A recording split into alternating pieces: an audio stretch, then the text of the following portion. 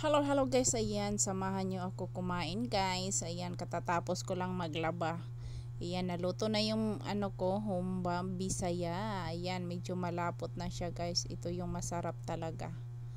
Ayan, nakakapagod maglaba guys, sa totoo lang. Alam mo guys, may share ako sa inyo. Hindi maganda yung CIS talaga kasi pagkatapos, lalo na pag marami kang gawaing bahay. Tapos napagtripan mo maglinis, maglaba ng marami.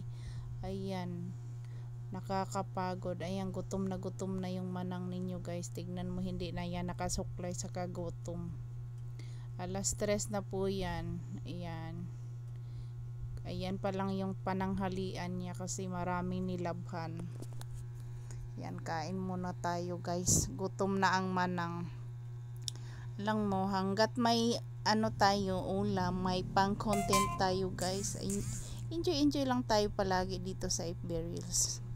Hanggat masaya ka sa ginagawa mo, go lang guys. Huwag kang magpa-apekto sa mga sinasabi ng iba. Alam mo, real talk talaga yung mga kamag-anak mo. Hindi man yan manonood, mangungusisa lang yan sila guys. Pag nagsahod ka na, lalapit yan sa'yo, diba guys? Totoo talaga yan.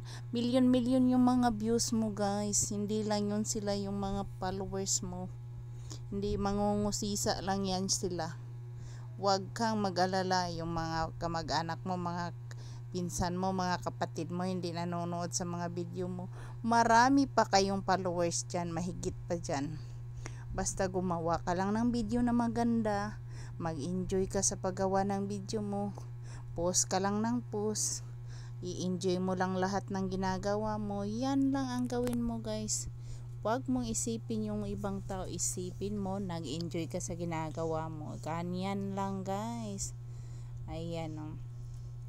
Pag may gusto ka, gawin mo.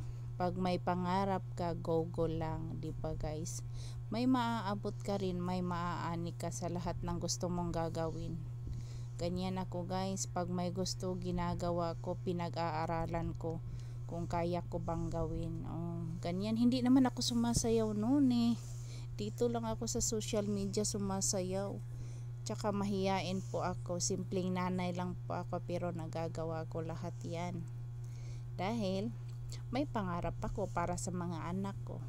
Pag marami kang pangarap, magagawa mo lahat yan sa tulong ni Lord. Yan, magdasal ka. Kung kaya mo ba talaga. Kung ibigay ba talaga ni Lord yan. Pag para sa'yo yan, ibibigay yan talaga guys. Ayan, tapos na kumain ng manang. Thank you for watching guys.